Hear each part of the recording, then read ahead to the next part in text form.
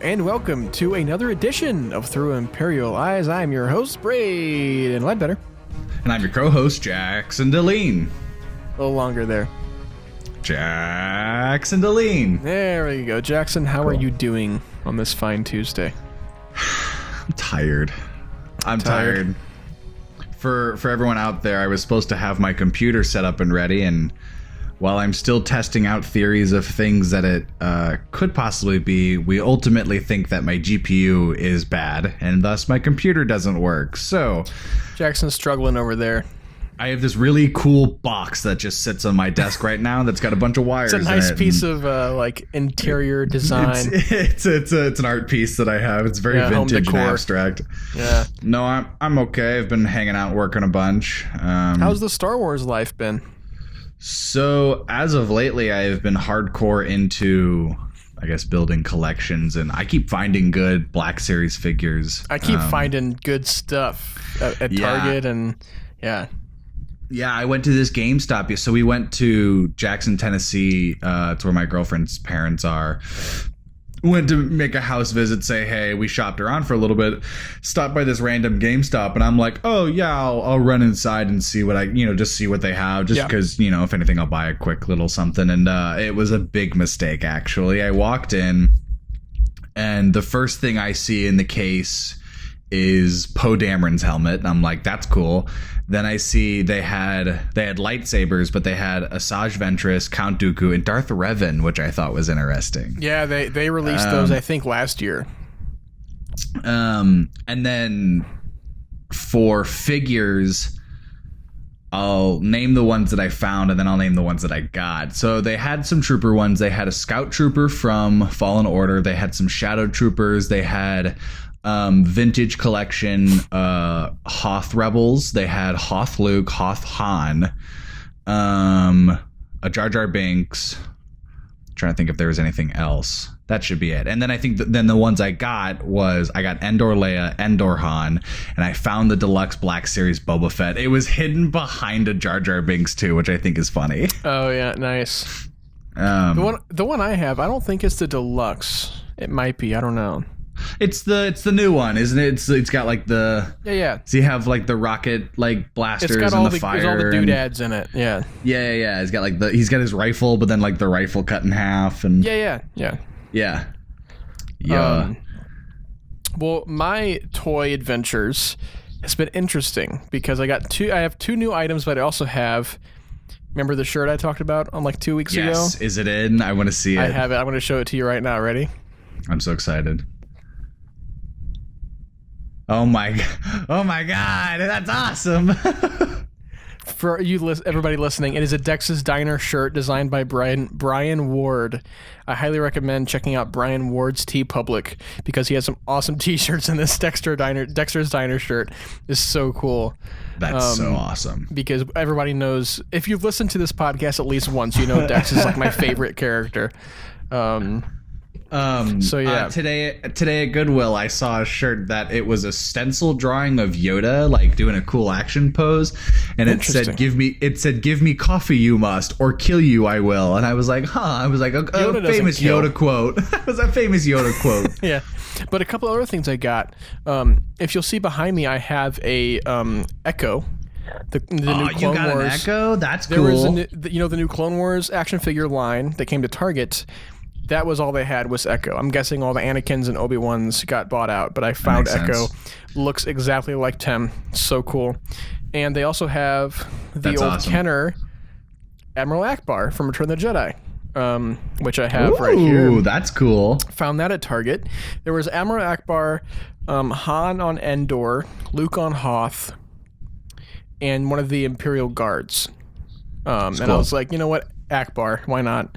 Yeah, so I went with that. Fun. So yeah, I don't know why every weekend I have to go out and find a new Star Wars it's getting thing to the buy. point. My girlfriend had to talk to me. It was like, we need to stop spending all this money, and I was like, I know. I didn't mean to. Well, because every time I go to Target for like something, like whenever I got the Rex figure, not the Rex, what is that? Echo. Whenever I got the Echo figure, I was originally at Target to grab some dog food, and I was like, you know what? I'm just gonna take check. a look. Yeah, because I always check just in case there's something that like is never there that happens to be there. Because we're in this state now where every time we go to Target, all that's left is like a couple of the toy Darksabers and like a stuffed Babu Frick, and that's all you get. Bunch of Grief Kargas. Or a bunch of Black Series, Grief Karga, and Quill. That's all we get. So every time I see something that's a Black Series that's not Grief Karga and Quill, or one of those, the Clone Wars figures, or one of the old Kenner like vintage figures, right, I'm always inclined to pick it up. Or like you gotta jump on it, a different pop that I haven't seen, kind of like the concept series Yoda or the red Chrome Mando. So it's a bad habit. It's a habit at this point. Yeah, it definitely is. Yeah. It's fun. It's exciting. Speaking of, you said you found I thought you were going to say you found a Poe Dameron Black Series for a second. I was like, ooh, I want a Poe Dameron Black Series now. That would have been cool. But you said I found his helmet. Yeah. The signs for it at GameStop made it sound like that it was a headset, but I don't think that they are. I think that they're just like action helmets that have like things on them. But I mean, it's got a little mic to it, and like maybe they just call it a headset because it's like it's the prop. It looks But I also have some exciting news in my life. It's not really Star Wars related, but I think I need to talk about it because it is kind of movie related. For the first time since March 2nd, 2020, I'm going to the theater to see a movie this Friday. Whoa. What are you seeing? I'm going to see A Quiet Place Part 2. Oh, that'll be fun. That's a good movie to jump back into. Yeah, and it's the first time that I've seen a film in the theater since I saw Onward back in early March 2020. That's rad. So that's we saw Mortal Kombat. That's what we went to theaters for. Yeah, which the perks wasn't of being a good fully movie, vaccinated. but I had fun with it. Yeah, the perks of being fully vaccinated is we get to actually be comfortable going in an enclosed room to see a movie for the first time in over a year. So it's crazy because I used to see a movie like once a week for like every week. I used to go see a movie $5 Tuesday, go and see whatever's out, whatever's feeling. New. It's a surreal feeling because you're just sitting and all of a sudden like it'll click. You're like, oh, that's right. Like it's I haven't been a while, been here. And yeah. Yeah. So I'm excited to finally sit down, eat some pretzel bites, smell some popcorn, and watch some trailers and watch a movie for the first time. And oh man, I've been missing it so bad. I've been missing the Marcus Theaters, Greg Marcus guy talking in the beginning. But well, cool. I think we have some news this week. We can kind of dive into that here. What is our first news story, Jackson? So, some exciting, fun news. Dave Filoni has been. I butchered that. So. We're going to keep this all in. Keep going. Some fun news. Dave Filoni has been announced as the executive to creative director at Lucasfilm. He has been since last summer, but they recently updated their website and, got it all correct and fixed up. Yeah. But Star Wars fans and social media did bring it up and lit up the internet about it and just talked about, the different things and it's cool that the website's updating itself. I think it's funny that they're like, oh yeah, like he is the creative director. Yeah, like he hasn't been this whole time. Like yeah, that's why I was kind of confused when that came out. I was like, wait, wasn't he already the executive one of the executive creative directors? It leads me to believe that like Dave Filoni actually had no official position anywhere and has just been there. It's just like shows up on set one day and he's like, hey, I'm here to help. We're gonna make a Star Wars. The thing is he is one of several executive creative directors, along with Doug Chiang and John Knoll. Which, if you didn't know, Doug Chiang is like one of the main concept artists. He was really big. He did a lot of the concept art for the prequels and came back for the sequels too. That's cool. And John Knoll again is I think he's one of the founders of Photoshop. But he's also a big visual effects guy. He's really high up in ILM. So he's also one of the executive creative directors. We'll put that title in quotes because I'm not sure how much it's kind of just like that title actually has.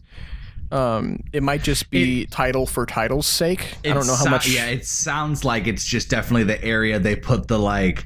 These are the people that can definitely like help kind us. Of the people who were directly influenced by George himself. Yeah. They were just like, you know what, these people need his to disciples, have a title. if you will. Yeah. I think that's a funny word, but that's exactly what I think of. Is it's the people that, you know, have directly worked with George. Yeah, have directly worked with George in the past, and they figure that they need to give them some hierarchy. But yeah, I'm surprised that because I'm pretty sure they put out like a big announcement for this last summer, and I guess everybody forgot in the past year. I guess so, because I don't remember. No, I think Lucasfilm put out a big like press article about how Dave Filoni was named the executive creative director, and everybody made a big deal about it. And then a year later, it happens again. They just updated their website. Then more people made a big deal about it. I was like, wait, what? Didn't this already happen? Yeah, so that was something that I was just like, okay, but didn't we already know this? Be like, yeah, I know. Thanks for sharing a picture of it, I guess. But do you think this title adds any more responsibility to Dave Filoni, or do you think he just kind of going along as he always has? I think it's more like what you said. Like, it's just a title to be a title. It's literally they just have a name for what he's doing now. Like, this is just and kind of grandfathered in as like the Padawan of George Lucas too. Right. Yeah. Well, yeah. I think that's about all there is to be said for that. But speaking of Dave Filoni and The Mandalorian, the spin-off Rangers of the New Republic has announced that it is currently no longer in active development. So a buried lead on the development of the previous spin-offs of The Mandalorian appeared in a recent article about Dave Filoni's promotion, and it indicates that Lucasfilm might have put the announced series Rangers of the New Republic on the back burner at least some time being. Conversely, filming on the Book of Boba Fett is continuing as scheduled, while the Ahsoka limited series is still moving forward as well. So it's possible that the series may still be made, as far as we know, but it was never in any stage of production. So, like, I'm guessing that they had this concept for it, thought it'd be cool, announced it, and they never really went into any kind of... They never put any writers on the team. They never they never had any producers, any actors, directors, anything. They didn't. They just had the idea, had the concept, was like, okay, we'll announce this, we'll see if it happens. And at the time of this recording, it is not being actively developed or produced in any way. So, which leads me to believe that it might have been the Cara Dune show, but I'm not sure. Right. Well, and I wonder if they're mainly saying it because they are focusing on other things, like they got a lot on their plate right now. And I think part of that is, while I definitely agree, I think it's a little funny that they chose this show specifically. But my point is when that imposter is sus, yeah. I wouldn't be surprised if they were just like, you know, oh yeah, we're just setting that to the side until we want to pick it up in the next few years. But we all also know what that also means. And do you think that they'll just give up on it, or do you think they're going to rework it? I think they're just going to drop it. Mostly because I do think that the whole point of the show was to have Cara Dune in the spotlight. Because I think they directly set that up in Mando season 2 with her being so close with the New Republic and, you know, becoming, you know, getting that one badge thing that says she's a Ranger of the New Republic. Right. I think that's directly correlated with what the show was supposed to be. And the fact that they're not developing it anymore, I think it just further proves my notion that I think that this was probably the Cara Dune show. Again, they're no longer going to work with Gina Carano, so I just think that they're just going to drop it. And it's not really, whenever they announced it, I was like, oh, wasn't expecting that, that's kind of cool. And then again, we discovered that Gina Carano is not the greatest person to have on your side when it comes to even just publicity at all. She just is always controversial. She's just bad. she's bad for that.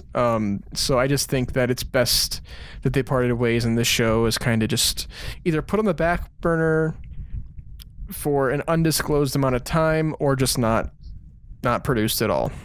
Concept. What if they rework it to become like a Poe Dameron show?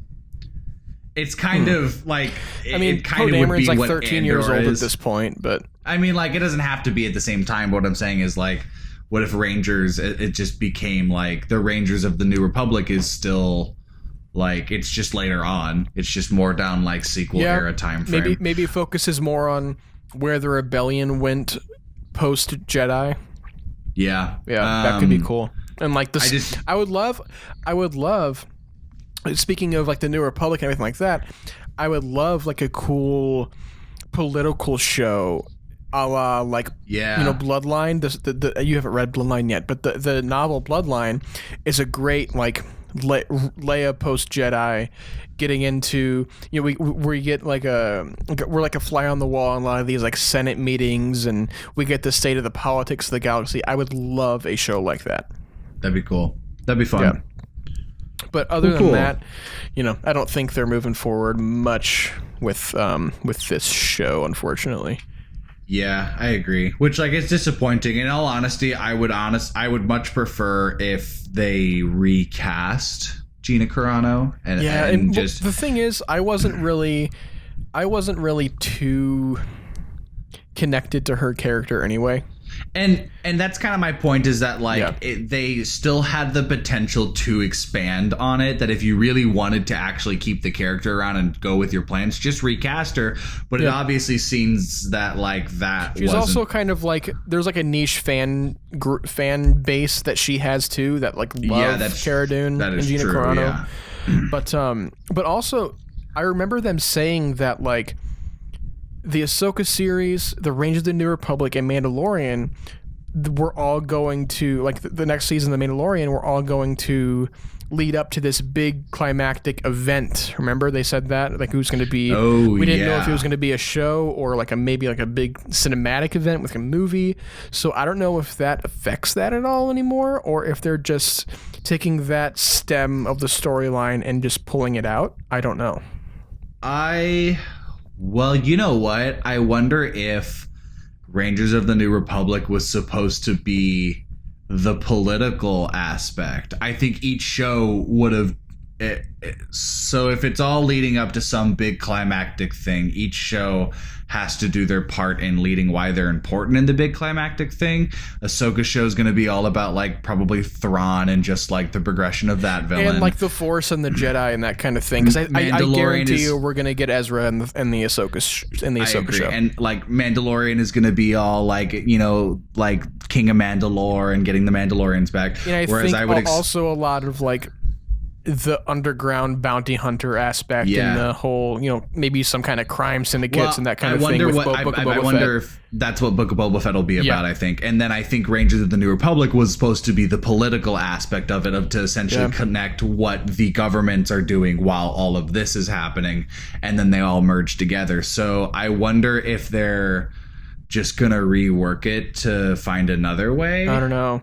I still think they're a little scared to approach the political aspect of Star Wars still, because of all the negative, the negative response from the prequels and everyone had all this negative stuff to say about the political aspect of the prequels. Well, I actually kind of enjoy knowing the state of the galaxy doing politically. World building. They're trying to get the universe together.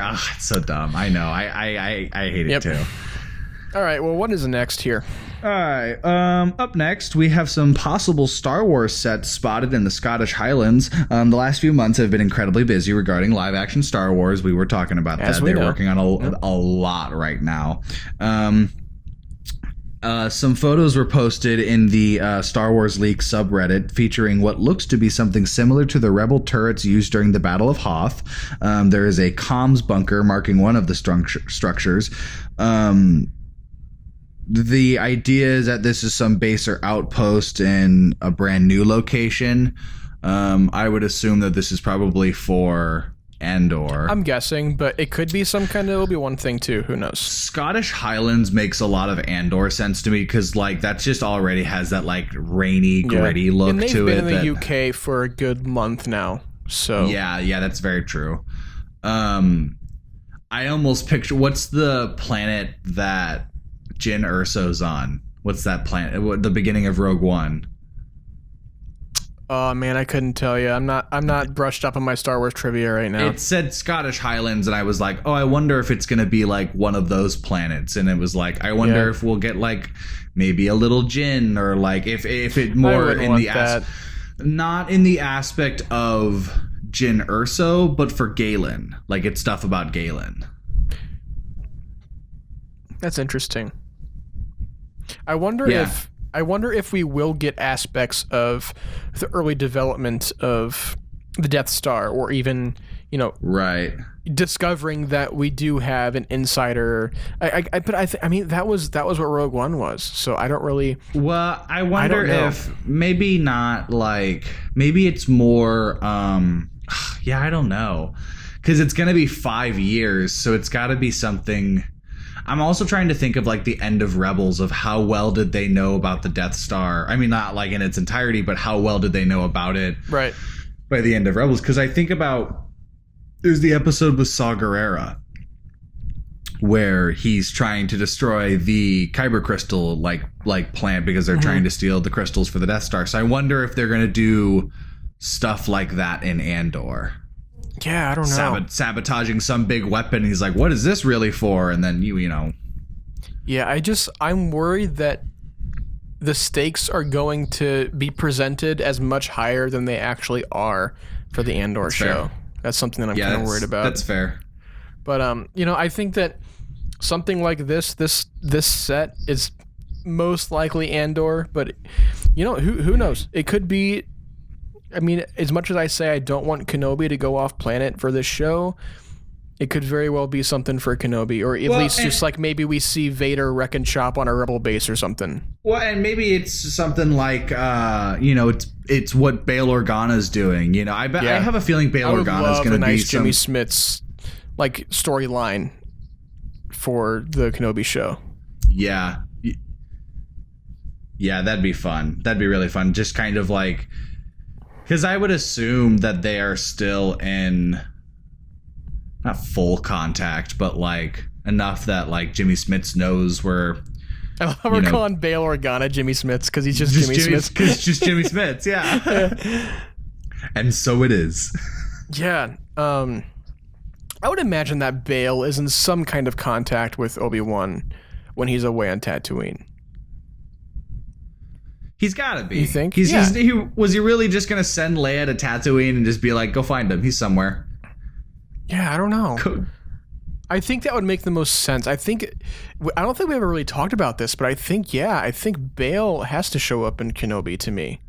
I think that would make sense. That would, that. And like, yeah, I don't know. Because like, it could be in a time too where like, maybe he helps Bail like with something, and Bail's like, we're gonna try and keep doing this, and Obi-Wan's like, no, my purpose is the child, like my purpose is like helping the boy, like. Or maybe Bail like comes by on his speeder and like drops off like food and goodies to Obi-Wan while he's in exile. Honey, I'm going out to Tatooine. I gotta give the hermit his daily feeding. His daily milk. Just see like Obi-Wan on the cliffside. Woo! I'm just imagining that Obi-Wan spent like 70% of his time on Tatooine just absolutely wasted. Just completely trashed. Well, I like to think that as time progressed, he just got so bored that like he kept building the theory that like he was this crazy wizard. Yeah, he like built himself a backstory. Yeah, that like didn't exist and forgot about Anakin. Like some kids go investigate, like just creeping around his area, and he uses the Force to throw rocks at him. Get out of here! But he like low-key likes it. Yeah, he loves the attention. Yeah. So, kind of moving on here, the Book of Boba Fett Crew Gear seemingly confirms the working title of Buccaneer. I know you sent this to me earlier this week. So it looks like there was a series of images that the Boba Fett fan club put out. And it looks like the working title for the Book of Boba Fett is Buccaneer. And I think there was some theorizing early on that might have been the working title of Season 3 for Mandalorian. And that wasn't the case. And we learned that it was actually for Buccaneer. So aside from the working title, because we all know it's going to be called the Book of Boba Fett, things like that, what do you think this show will even be? Because given that working title, the Buccaneer, you kind of expect it to be this, almost like this Return of the Jedi vibe. I think we gotta have that vibe. Space pirate. Space oh my pirate. god! Do you think Hondo's gonna show up in Book of Boba Fett? Ooh, I don't know. Would that work? Would he have to be? I know we've seen live action Weequays, but we haven't seen Hondo live action except for like maybe at Galaxy's Edge. I think there's like an animatronic of Hondo. Yes, that's true. There is. I don't know. Oh, that'd be fun though. I totally get like the pirate vibe, which leads me to believe that it will definitely be Return of the Jedi, that swashbuckling adventure, whatever. Yeah, yeah. With it being 4 episodes too, I wonder if it's just some big adventure he goes on, some kind of job he's got to do. Do you think this show is solely an excuse to have a big Boba Fett send-off and he dies somehow? Do you see? I don't know if they're gonna kill him. I don't know. I would like. I would love if Boba Fett just became part of like Mando's crew, and he just becomes a regular on Mandalorian. Yeah, that he's that'd just be part cool. of his crew. That almost makes it, because I know originally the reason why The Mandalorian was even made was because Jon Favreau wanted to do a Boba Fett show, but they couldn't do Boba Fett because everything they were doing Boba Fett wise was being canceled, and there's a bunch of issues with Boba Fett. So Jon Favreau was just like, oh, cool, well, I'll just do some other Mandalorian that is essentially Boba Fett. So I think it would almost be too crowded if we had 2 basically Boba Fetts in The Mandalorian. I don't know if they would kill him. I could see it as they let Boba Fett like go off and do his thing. That there's like, all right, bye Boba Fett. We'll see you on the specials. Yeah. Like you'll get your comic line so that people can get more content of you. I don't know. I think the at least to me, the way I'm interpreting it is the reason they're putting out all these, you know, the War of the Bounty Hunters, Book of Boba Fett, putting him in Mando Season 2 last year. I honestly think that's because they're giving us as much as we can before he dies. They're going to hype him up before they really kill him. Yeah, that's honestly my speculation. But again, this is all speculation, and as in the wise words of Force Center, speculate responsibly. Why can't Tem just keep a role in the Star Wars universe? Why does he have to play like 8 different characters? I think we might see him in the Obi-Wan show too. I agree. As Rex or someone, you know, Cody, Rex, whoever. Because I think that him being on set for Book of Boba Fett, and then like a month later they start production on Obi-Wan, I bet they just kept him in LA for that time. Had him come on set for one of the first production days, was like, hey, we'll shoot you out really quick. Get your in and out real quick, yeah. Yeah, I guarantee you we'll see an episode where Cody or Rex shows up, and that's that. That'd be cool. I really think we need to see Tem like as a clone. We probably won't see him in full armor again. He's a little too old to, you know, like canonically make sense. The good thing though is that Tem has aged as well, so they don't have to do much to Tem to age him. Maybe put a beard on him and shave his head, and that's about it. But yeah, I think the more we talk about this show and the more news we're getting from it, the more excited I'm becoming, especially since we know we're getting it at the end of this year. So we're months away at this point. Right. So that'll be interesting. What is next year? Wow, that is crazy. Yeah. All right. So up next, yesterday, today is May 25th, which, by the way, happy birthday to the original Star Happy birthday, Wars. Star Wars, yeah. Return of the Jedi came out today as well. And funny enough, talking about this, Solo came out today. Now, because Solo came out today... But... Well, no, Solo, the first one came out May 25th. Well, the Thursday premiere was the 24th. Yeah. Oh, I got you. That's why they're calling it the 24th, yeah. Right. So yesterday, May 24th, was hashtag Make Solo 2 Happen Day. Star Wars fans took to social media to essentially do a big, it was like release the Snyder Cut, essentially. It was a big movement to have the Solo 2 production be even acknowledged or confirmed, or just to show fan appreciation. That just to show that if they made a Solo 2, people would watch it. People want a Solo 2, absolutely. Yeah.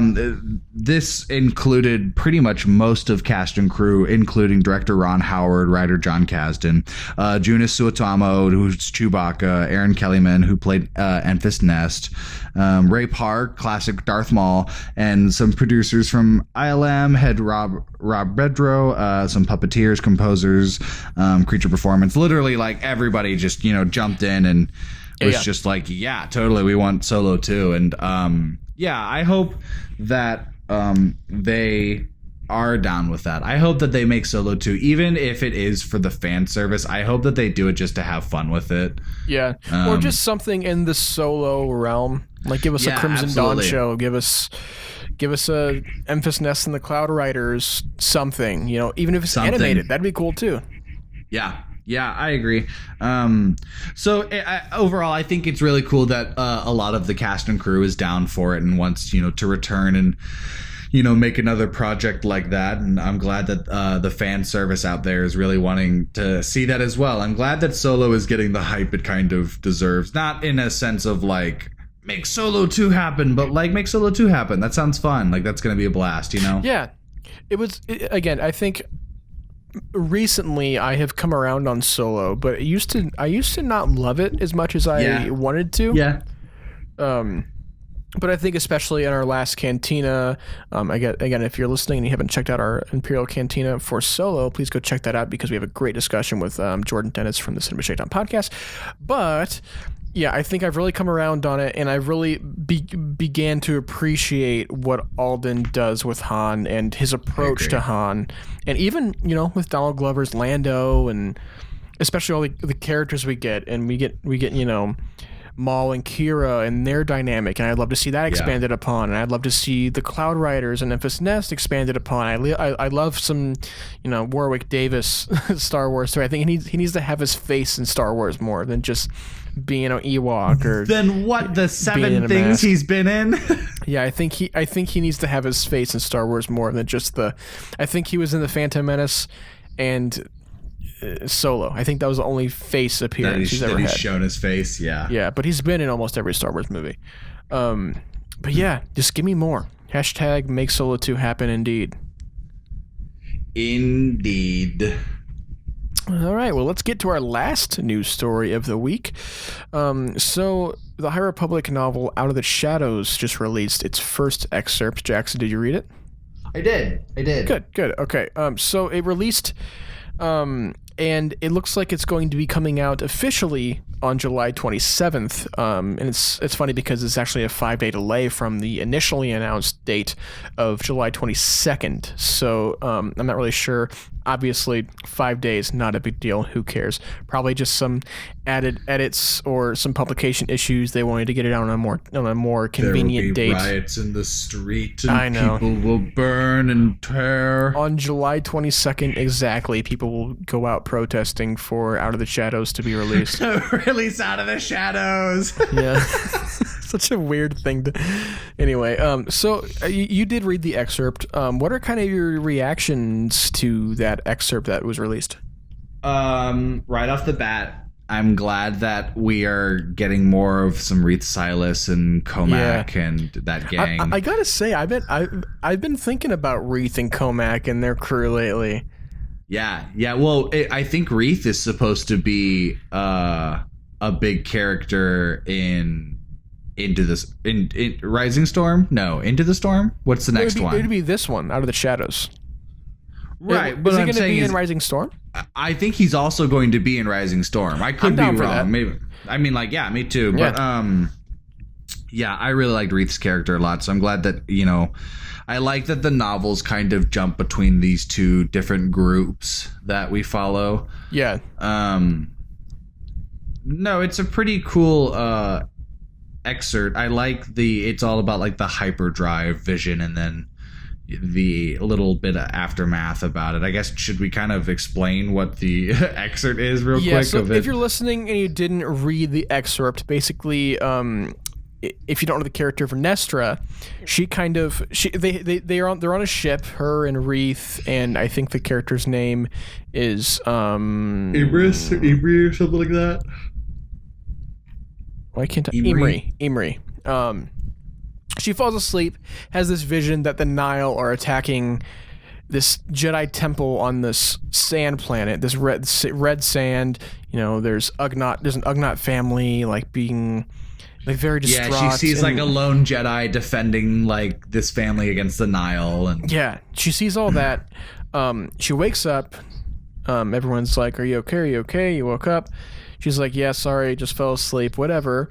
And Comac from Into the Dark with Reeth and all them, they say, "Hey, we're just gonna drop you off here at this planet because they sent out a distress signal." And basically, they're dropped off on the planet. Vernestra realizes that, oh my god, this is the same planet / scenario that I saw in my vision, and it cuts off from there. So basically, I think in the High Republic especially, they're going to really focus on what the Force is telling the Jedi. And with these Force visions, we saw that a lot with the Elzar excerpt with the Rising Storm, and especially with this, we're seeing all of these Jedi having these visions of horrible things to come. And I think that, like we've always been saying, something bad's going to happen in the High Republic here. Something's going to go down. I really like that we are getting into I like phenomenon Star Wars. I like the unexplained and the paranormal within the Star Wars, because everything is already paranormal to us. So what would you consider paranormal to them? Right. And it's just always bonkers, you know, it's just always something crazy. So I like that. I like that the High Republic, like a lot of the phenomenon revolves around hyperspace. So I think it's cool that, like, especially in this excerpt, like someone who has hyperspace visions, like it's different, that's new, that's not something, you know, we've known visions, but it kind of seems that these visions are triggered from hyperspace, from this person being in hyperspace. So, and I like that. I like that we're going to get more paranormal aspect of it. You know, that's all kind of with like the eye, and I wonder if the Jedi will figure that out, what like the eye is for the Nile and how like they're working and all that. Yeah, I want a big, you know, we talk about the Republic Fair and all these things happening. I don't think we'll get it in this kind of phase of the High Republic, but I really want a big Nile and Jedi showdown. You know, I was reading something and it kind of broke down what the plans for, and I guess I never realized that the High Republic plans to be like a 6 to 10 year thing. Oh yeah, it's a big thing. I honestly thought it would be around, not like just a year, but like at most 5. Yeah, it's gonna be a big, and I love that they're just sticking strictly to literary work. Yes, and letting the writers share their voice, do what they want with it. Yeah, I love that so much about it, and it also gives them a lot of freedom to bring in these characters and everything like that without being like, oh yeah, but this character is actually dead, so we can't get them on screen because blah blah blah. Don't have to worry about that. So I think there's a lot of opportunities for maybe we expand on something like Yoda's character in one arc sometime, or we get, you know, maybe it does bleed in with the Republic we know in the prequels, and we do get to meet like a Padawan Qui-Gon, or we get like a young Dooku when he was still with the Jedi Order, something like that. That would be really interesting to see those tie-ins.